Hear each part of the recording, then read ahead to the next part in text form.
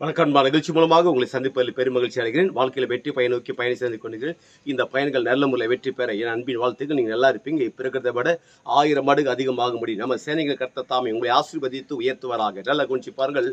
இந்த வாழ்க்கை வெற்றி பயணத்தில் 2 காரியங்களை இன்னைக்கு இந்த உலகத்தில் அறிந்து கொள்ள வேண்டும். என்ன என்றால், வாய் திறப்பது, காது திறப்பது.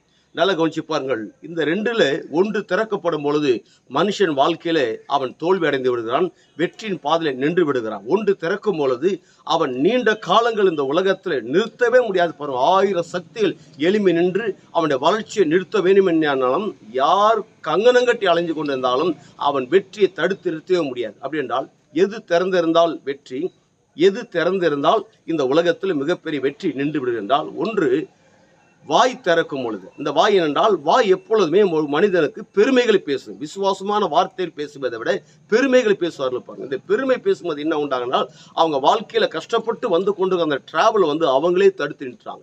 இந்த பெருமை எப்பொழுதுமே தன்னை குறித்தே மிகப்படுத்தி பேசும், தன்னை குறித்தே மிகப்படுத்தி பேசும். எல்லா இடத்தையுமே தன்னை முன்னிறுத்த வேண்டும், தன்னை குறித்தே மிகப்படுத்தி பேச வேண்டும் என்று அந்த எண்ணங்கள் இந்த பெருமைக்குள்ளாக செயல்படும். அதால என்ன ஆகுது என்றால், எல்லாமே தடையாக மாறிவிடும், எல்லாமே டிஸ்டர்பன்ஸ் ஆகிடும். என்றால் பெருமைக்கு நமக்கு முன்னே இருக்கிற மனுஷங்க எதிர்த்து இல்லைங்க, வானம் கொள்ளாத தேவனே இந்த பெருமைக்கு எதிர்த்து நிற்கிறார். 2வது, எது திறந்திருந்தால் ஒரு மிகப்பெரிய வெற்றி அடைகிறது, காது திறப்பது. இந்த காது திறப்பு தான் தாழ்மை.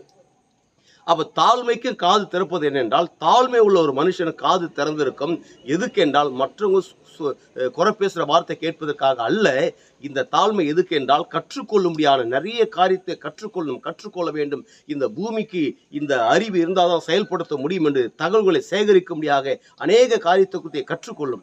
இந்த கற்றுக்கொள்ள என்ன உண்டாகும் என்றால், இந்த வெற்றியின் பாதை இன்னும் ஸ்ட்ராங்காக மாறுகிறது, நகர்ந்து கொண்டு போகிற அடுத்த லெவலுக்கு நேராக இவங்க பயணிக்கிறாங்க. இப்போ பாருங்க, இந்த காது திறந்திருக்கும் போது கற்றுக்கொள்ளும் போது மிகப்பெரிய ஸ்ட்ராங் ஆகுது, மைண்டு நல்லா ஸ்ட்ராங் ஆகுது. இந்த மனது நல்லா ஸ்ட்ராங் ஆகும்போது எந்த சக்தினால் தடுத்து நிறுத்த முடியாது.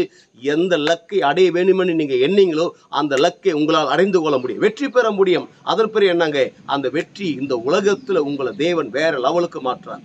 அது வேற லெவல் எது என்றால், ஒட்டுமொத்த உலக நாடுகளுக்கு நம் ஆண்டவர் இயேசு கிறிஸ்து உங்களை கடன் கொடுக்கும்படியாக வைக்கிறார். நீங்கள் வற்றாத நீருற்றை போல இருப்பாய் என்று சொல்லி உங்களிருந்து விடைபெறுகிறேன். உங்க நண்பன் ரவி, பெரியபாளையம்.